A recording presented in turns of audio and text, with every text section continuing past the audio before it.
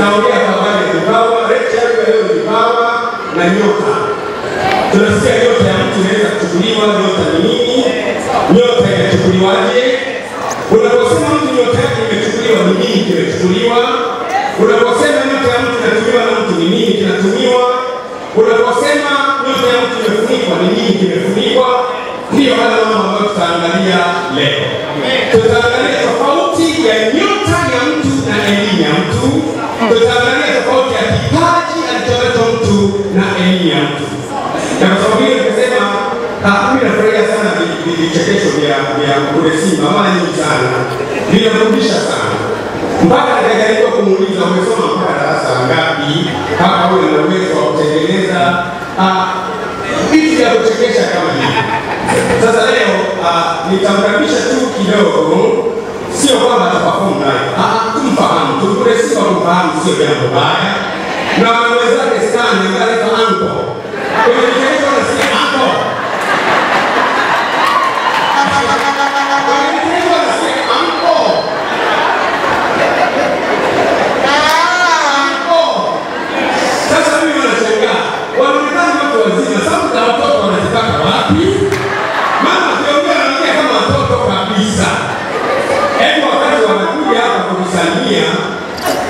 Kichekesho kimoja angalau kipigwe kule.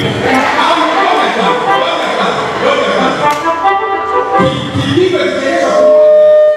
kipigwe kichekesho kimoja baadaye ndio waje.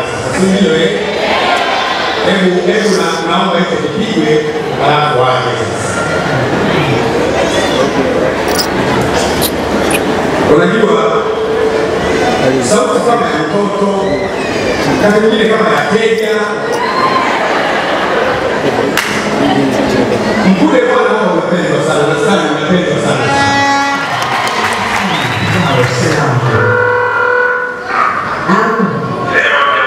Eti ukitoa sadaka ukifanya nao kwa mambo.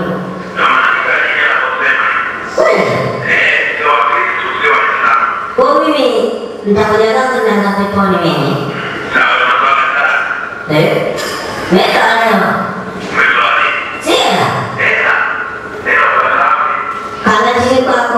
Nyumbani. Kwa sana metrokajili ya pepa.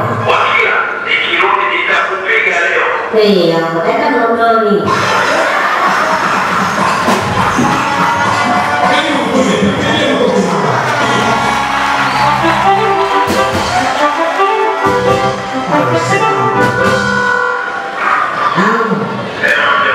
Eti, ukitoa sadaka Nije stopisha kidogo.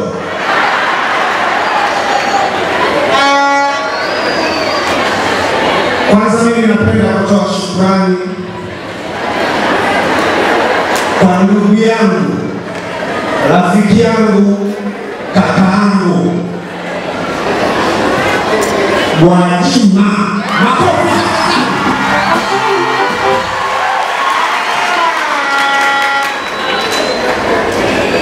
Kwa mara ya kwanza nilishangazwa sana kusikia katika kanisa la Ufufuo na Uzima kuna mtu anaitwa Askofu Gwajima anasema anampenda sana Mkomezima.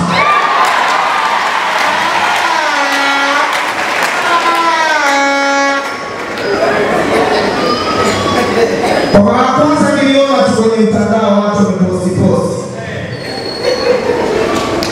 Akasema namtafuta huyu mtu, nataka nimpe zawadi. Kuna ndugu yangu mmoja anaitwa Ayubu. Huyu jamaa akanitafuta. Aliponitafuta akanieleza, na kweli kesho yake anaenda ofisini radio na kuta habari zote zimetapakaa.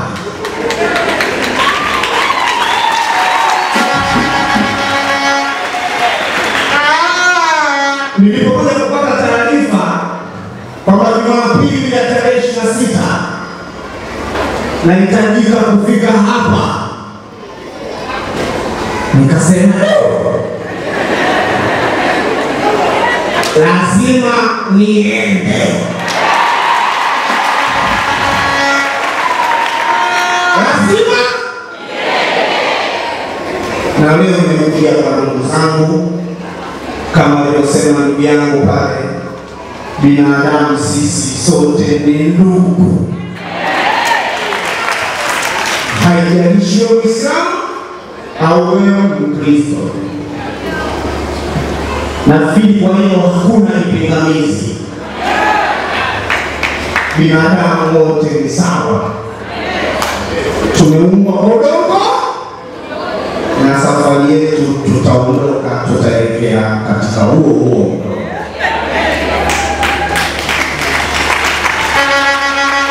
Kwa hiyo mimi napenda kutoa pongezi sana kwa Askofu Gwajima, kakaangu, rafiki yangu kipenzi, nimetokea kumpenda sana.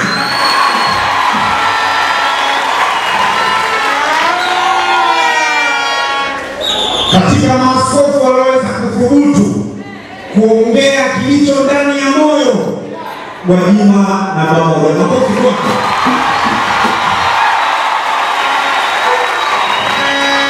Nimekubali na nalithibitisha hili kwamba Gwajima rafiki zake Waislamu.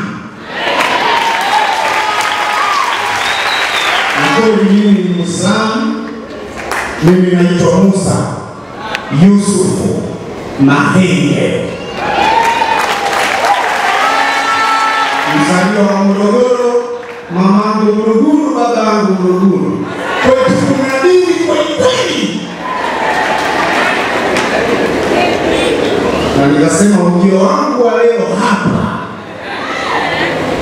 kuna watu wataongea maneno mengi sana, lakini na mimi niseme tu, Musa pia rafiki zake wa Kristo.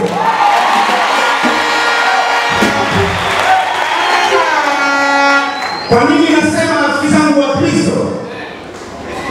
Binadamu wote ni ndugu. Utake ndio hivyo na usitake ndio hivyo. Gwajima kwa maelezo yake, kwa utashi wake, amethibitisha kwamba msaada aliupata kutoka kwa Waislamu msikitini, na akaahidi akikuwa atatoa zawadi kwa Waislamu. Amejenga visima vya misikiti sawasawa, kwa sababu ya ubinadamu. Mwingine anaweza kuongea maneno yake ajabu.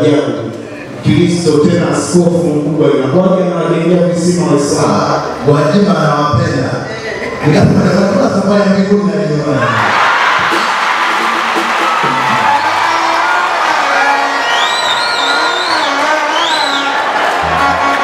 Lakini haikuishia hapo. Wakati napata mwaliko kwamba naambiwa kwa pili utakuwepo kanisani kwa Gwajima. Jamani, sio muongo, nipo hapa kanisani. Mwezi fulani.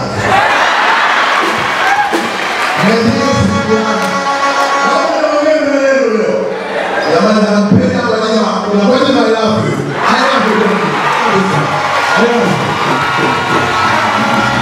Sio muongo. Inafika kipindi marafiki zangu wananipigia baada ya kujua maneno ya Gwajima. Nimekuwa surprise kwao. Nasema hivi siku leo tumefika Tanzania na mama Gwajima. Hivi nikaenda mbinguni na Bwana. Gwajima pamoja na mbinguni na Gwajima.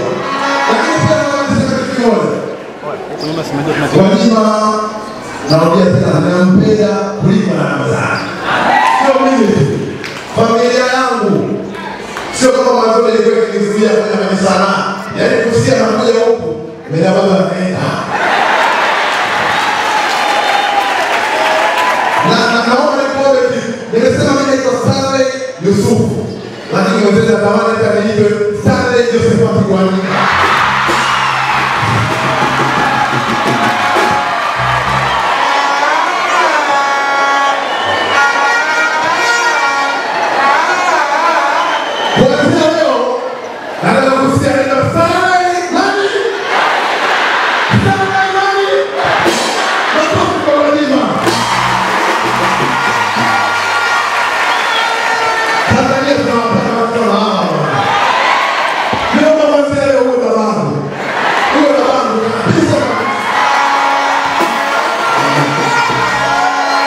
Alafu tena ndio baba, ukasikia baba anataka shule hadi ukanikimbia.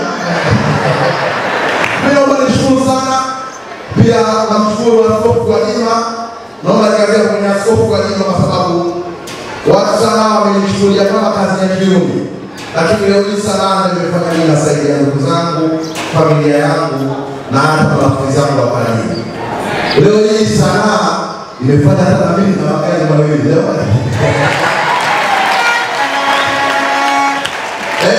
Sana leo hii imefanya na hizo na Askofu ya Gwajima jamani. Mama Askofu Gwajima.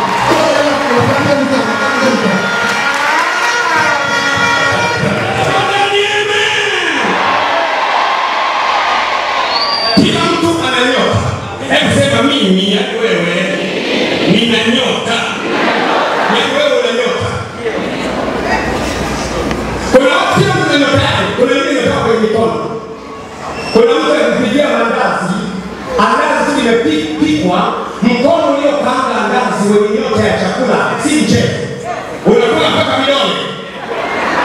Yaani kama mwaka mmoja hujawahi kuona baba anakwenda mahali kupikiwa, anakaa ndani ya ghorofa, anaondoka nyumbani kwake, anaenda kupikiwa kwenye kibanda kwa mama ntilie. Kale mama ana nyota ya kukaanga chakula, hapana sura nzuri, hapana elimu, lakini ana nyota ya kukaanga chakula.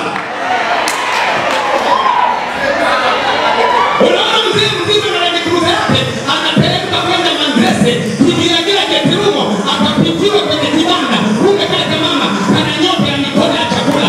Mama uliye na uwezo, uliye na nyota ya mikono ya chakula, Mungu akusaidie. Fungua hoteli, fungua genge, fungua mahala pika chakula, utafanikiwa huyo.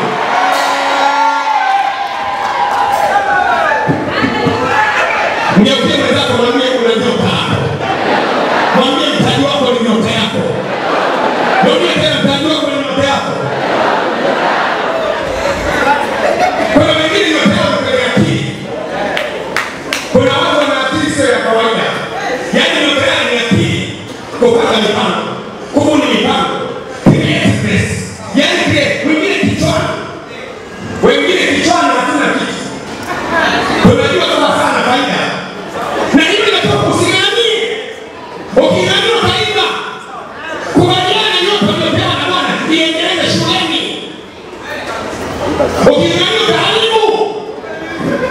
Unanielewa unajua ukingani lazima niwe engineer. Unajua mimi nakuwa engineer.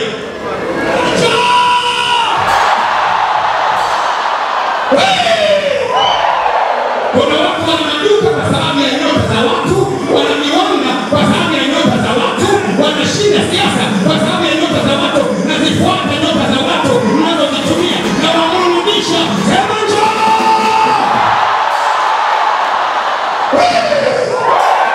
Ukisema hivyo wananuna midomo inalegea kama mtu aliyeuma vibuyu. Hiyo hainiondolei kweli. Nafuata nyota za watu. Kama kuna mtu yeyote ni tajiri anatumia nyota ya mtu. Kama kuna mtu yeyote ni mtawala anatumia nyota ya mtu.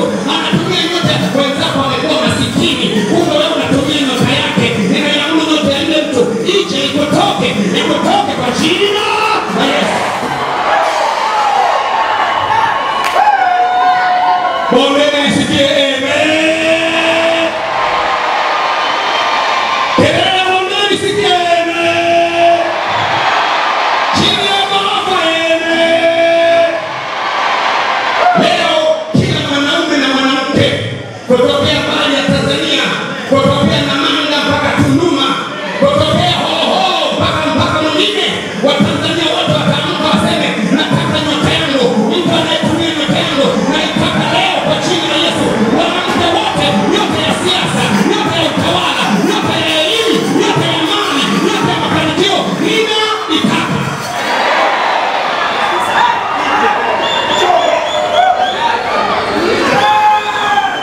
Nimesema jambo la pili, nyota ya mtu inaweza kufuata kwa ubaya au kwa uzuri. Sasa usikilize. Mamajusi wa Mashariki walipofika Bethlehemu, wakauliza iko wapi aliyezaliwa mfalme wa Wayahudi. Biblia inasema baadaye nyota ile ikapotea. Hebu sema ikapotea. Ilipopotea ikabidi waende wakamuulize mfalme Herode. Tunaanza kuona kumbe nyota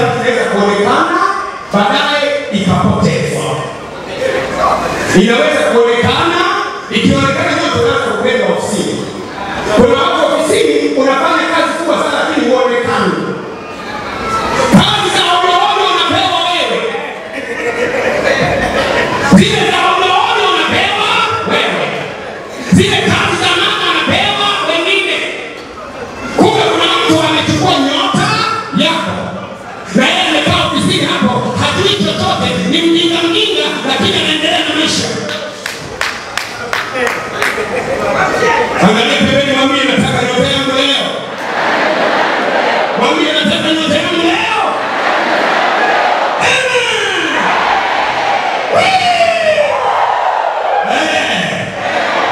Sasa, hebu nisikilize nikwambie kwa kweli.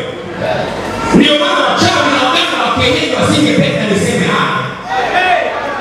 Ugomvi wangu mimi ni wachawi, waganga, soma nyota, wasihiri, wafuga majini, wapiga ramli. Hao ndio wanaitwa wakala wa shaitani.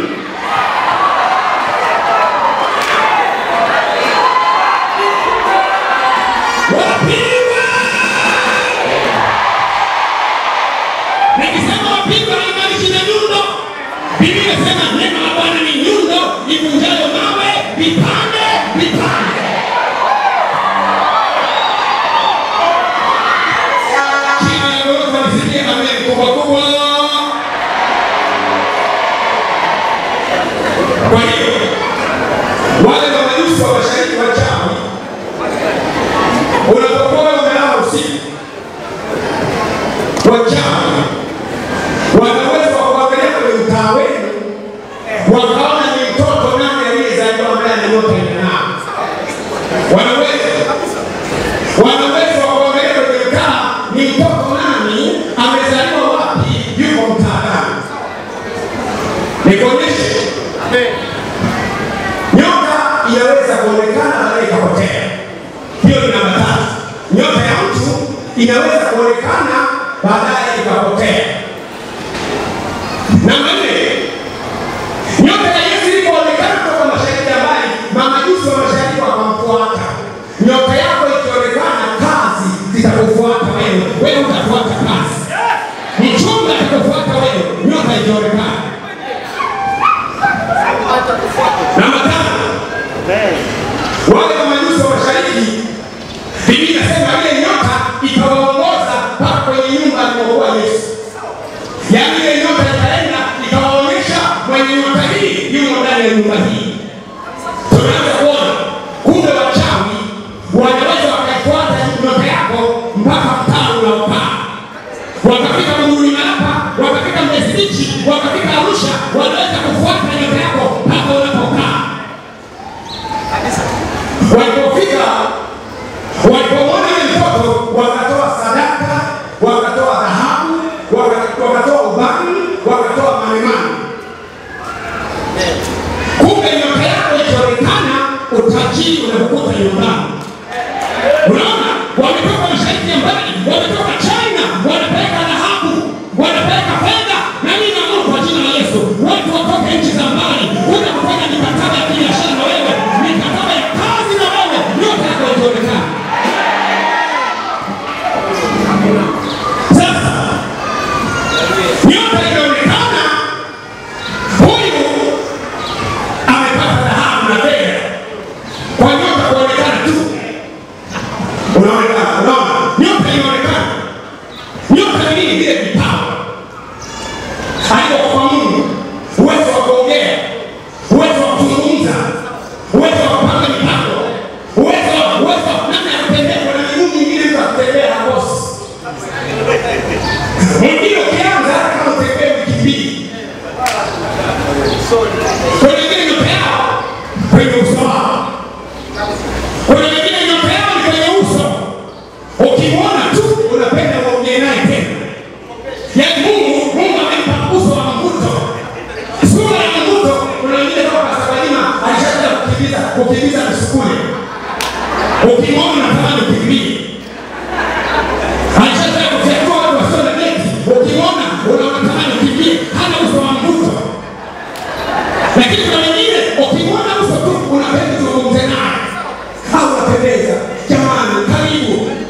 Kuna wengine kama ongea, ukimwona utaki kuongea naye tena unanyogopesha. Kuna wengine nyota zao iko usoni. Sema kwa jina la Yesu, nyota yangu ya uso ionekane kwa jina la Yesu. Wengine nyota yao kwenye akili. Umepewa na Mungu akili. Akili zinatofautiana mtu na mtu. Hata kama ndio kufanya wachungaji wote, mashehe wote, maimamu wote, maaskofu wote, ukawapa mtihani wa pamoja, kuna wa kwanza na wa mwisho. Kwa nini? Kwa sababu kila mtu anaelewa na nyota yake. Kila mtu ana nyota yake. Kuna wengine nyota yao kwenye kinywa. Bwana akizungumza lazima ukubaliane naye. Nyota yake kwenye kinywa. Akiongea lazima ukubali. Kwa sababu nyota yake ni kwenye kinywa. Wengine nyota yao kwenye tumbo. Amebarikiwa na tumbo la kuzaa viongozi. Akizaa anazaa injili. Akizaa anazaa mchungaji. Akizaa anazaa imamu. Akizaa anazaa rais.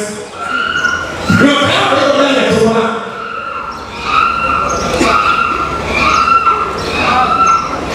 Pepo huyo. Utaona maneno nikiomba, nitawauma pepo walioshikilia nyota za watu waondoke, na wataondoka leo kwa jina la Yesu. Utaona baadaye nikiomba, nitaamuru kila aliyeshikilia nyota. Hata kama unasikiza online, huko Marekani, huko Uingereza, huko mahali popote, nitakapoanza kurudisha nyota, nyota yako itarudi pale pale, na aliyekologa, aliyekuibia nyota itakuwa zamu yake kwa jina la Yesu. Lile jiwe unaloiviringisha litakurudia, na lile shimo uliochimba utatumbukia mwenyewe, na ule mtego ulioutega utakunasa mwenyewe. Piga kelele. Sasa kuna wengine nyota yao kwenye matumbo ya uzazi. Ndio hao watu ambao unakuta tumbo la uzazi na msumbua mara kwa mara. Kuna wengine nyota kwenye macho. Yaani hata kama mkikuta mmepoteza kitu mkimwita yeye, kiko wapi? Anawaambia hapo. Wana macho ya kuona fursa. Kuna wengine hata huo nitafanyaje biashara, nitafanya wapi? Anawaambia hapa. Wana macho ya kuona fursa. Nyota zao ni macho ya kuona fursa. Kuna wengine nyota zao ni masikio. Kuna watu hapa wanajua habari ya mjini yote. Muulize chochote hapa mjini, anajua yaliyotokea wiki iliyopita, kila kitu. Unatakiwa na flash disk. Masikio yao, nyota yao ni kwenye masikio yao. Masikio yao.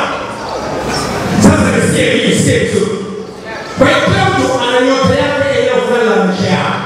Kuna wengine kuzungumza nao. Sio kila mtu anaweza kuuza duka. Kuna watu wenye nyota ya kuuza duka wao. Akikuzia duka wewe unasikia raha. Sio kila mtu anaweza kuwa meneja wako. Kuna mtu wenye nyota hizo. Sio kila mtu anaweza kupika chakula kama nilivyosema, kuna nyota. Sasa hebu twende kwa pole. Sawa. Kama nilivyosema, nyota ya mtu inaweza kuchukuliwa na watu.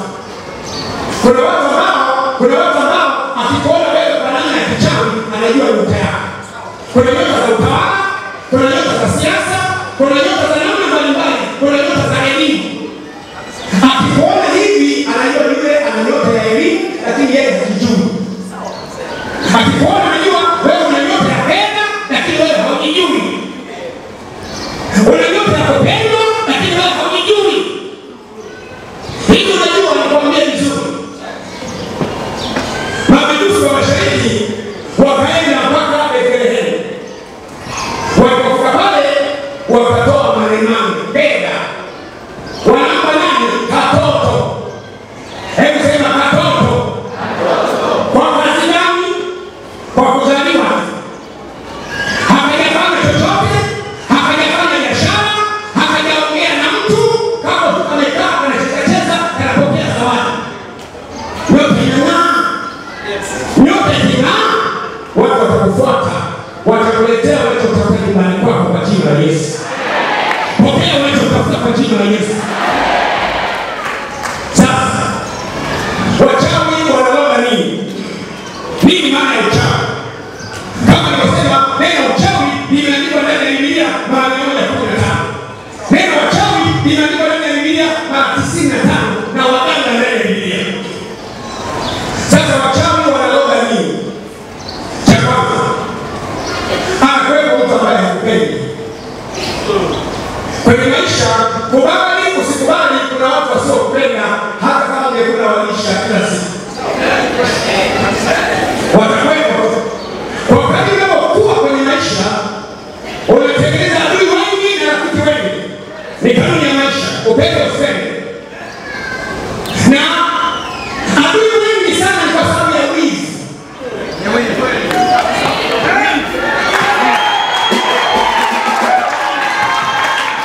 Ni wizi tu. Haisema wizi. Wakuona uliofanikiwa. Na usiwaze kwamba kama ununue gari ndio wale wizi. Kule kuolewa. Kule kuchumbiwa. Wanaona wizi mpaka wizi uliovaa wanaona wizi. Ukimuuliza wizi unaionaje, wizi gani na kichina wizi gani? Mwambie ni wizi tu. Unaona nguo uliovaa nguo gani ya uliovaa, mwambie ni wizi. Ndio maisha yako yanafanya. Wewe una nyota ya utajiri lakini hujui. Wewe una nyota ya fedha lakini hujui. Wewe una nyota ya tumbo la uzazi lakini hujui. Wewe una nyota ya akili lakini hujui. Wewe una miguu ya kifedha lakini hujui nyota. I am talking about evils. I am not talking about academic pursuits. I am talking about something that you're gifted by God from childhood. Umepewa Mungu. Hiyo ndio nyota au vipawa ambavyo wachawi wana uwezo wa kuviona kabisa kabisa. Kwa hiyo uchawi, mtu mmoja ambaye hakupendi anakwenda kwa mganga wa kienyeji au uchawi au utaalamu, anamwambia wewe, unaona nini hapa? Nataka utajiri. Lakini unaona sio nyota yake hiyo. Success kwenye maisha sio kupata fedha. Success kwenye maisha ni kutimiza kusudi lililoleta duniani. Narudia tena, mafanikio kwenye maisha sio magari, sio majumba. Mafanikio kwenye maisha ni kulitimiza ile kusudi ambalo Mungu ameleta duniani. Ukitimiza kusudi hilo, umefanikiwa. Hata kama ungekuwa na nyumba 40 na magari 40, kama ile kusudi la kwako kuja duniani umefanya, you are unsuccessful. Hujafanikiwa. Mtu huyo anakwenda kwa mtaalamu. Anamwambia bwana, wewe unataka fedha, taka utajiri, taka mali. Kwa mchawi. Huyo anamwambia bwana sawa. Anamwambia njoo siku fulani. Sasa yule mchawi unapotoka wewe au mganga, niche mganga. Yule mganga anaangalia kwenye ulimwengu wa kichawi. Ni nani ambaye ana nyota ya pesa? Lakini wewe kule ni mtoto mdogo, una miaka 7, una miaka 8 au mtu mzima lakini hujui. Anaangalia kwenye anga la kichawi wakati wa usiku. Anaona nyota ya fedha iko na kijana mmoja anakaa Mahenge. Anakaa Rombo, anakaa Sengerema, anakaa Geita, anakaa Iringa. Wanaona nyota. Usiku ule yule mchawi anakwenda anakuja anachukua nyota yako. Wewe umelala alafu anachukua nyota yako ya utajiri. Nyota hiyo ni kile kipawa cha kiroho kile. Anaondoka nacho. Alafu kesho yake anaangalia mtu mwingine tena. Nani mwingine ana nyota pia ya utajiri. Anaangalia, anaona kuna dada mmoja Zanzibar. Anakwenda kuchukua nyota ya utajiri, anaweka. Kesho yake anaangalia nani mwingine. Anaona kuna kaka mmoja anakaa kwenye jela ya Kirumo. Anachukua nyota ya utajiri, anaweka. Baadaye anamwambia mteja wake ndio mko tayari. Yule bwana anayetiwa anakwenda sasa. Anapofika zile nyota 3 au nyota 4 za utajiri, anaweza kuziamua kuziweka kwenye pete. Akanuiza pete. Kwa maana nyota hizo utajiri zinakaa kwenye pete.